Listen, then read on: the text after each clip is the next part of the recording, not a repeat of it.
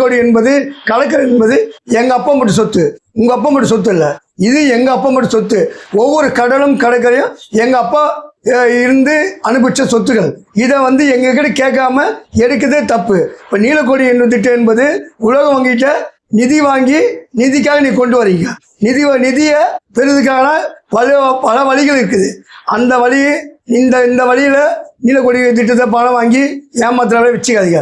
இன்று கடற்கரை பார்த்தீங்கன்னா மக்கள் நடமாட்டம் இல்லை. மெரினா, பெசன்ட் நகர், திருவான்மூர், மகாலிபுரம் போன்ற கடற்கரை இடங்களை மீனவர்கள் வசிக்காத இடத்துல வெளியிருந்து டூரிஸ்டோ வெளியிருந்து மக்கள் அதிகமாக சந்தோஷமாக வந்துட்டு போகிற இடமா தான் இங்கே இருக்குது. நீங்கள் நீல ஒரு கொடி உருவாக்கி வரணும் அவசியமே இல்லை. அங்கேயே இப்போவே சுத்தமாகவும் நல்லபடி தான் இருக்குது. அந்த இடத்த நீங்கள் தூய்மையாகவும் சுத்தமாகவும் கடல் காற்று சுத்தமாக வச்சுக்கிறதுக்கு நீங்கள் நீலக்கொடி இல்லாமல்